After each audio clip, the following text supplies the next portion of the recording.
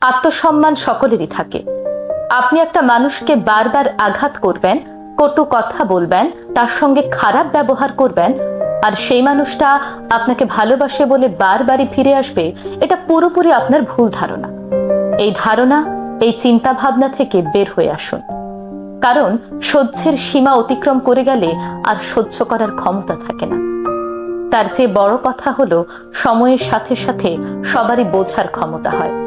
মানুষ তার ভালো মন্দ বুঝতে পারে। মানুষ বুঝতে পারে কোনটা ভালোবাসা আর কোনটা অমর্যাদা, অবহেলা। ভালোবাসা হলো আত্মতৃপ্তি এবং আত্মমর্যাদার জায়গা।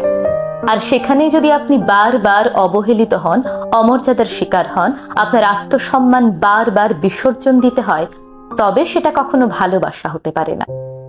প্রাকৃতিকভাবে বিপরীত লিঙ্গের মানুষের একে অপরের প্রতি যে টান থাকে, সেটা হতে পারে।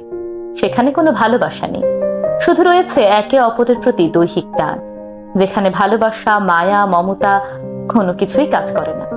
একে অন্যকে ভালো রাখা নিয়ে কারো কোনো মাথা ব্যথাই থাকে না। সেখানে থাকে এক রাশ চাওয়া পাওয়া, যা পূর্ণ করাই তাদের মুখ্য উদ্দেশ্য হয়ে ওঠে। ভালোবাসা তো সেটাই, যেখানে শুধু দৈহিক টান নয়, আত্মিক টানও থাকবে। একে অপরের প্রতি সম্মান, শ্রদ্ধা, ভালোবাসা তো থাকবেই। তাছাড়াও একে অন্যকে ভালো রাখার একটা জায়গা তৈরি হবে, একটা কমফোর্ট জোন তৈরি হবে। ভালোবাসার জন্য, ভালো রাখার জন্য আর প্রিয় মানুষটাকে পাওয়ার জন্য এটুকুই যথেষ্ট। ব্যাস, এর বেশি কিছুই লাগে না। কিন্তু আজকাল মানুষ ভালোবেসে এটুকুও পায় না, যার কারণে চুপটি করে দূরে সরে যায়, আর কখনোই ফিরে আসে না। কারণ আত্মমর্যাদা বিসর্জনের চেয়ে দূরে সরে যাওয়া শ্রেয়।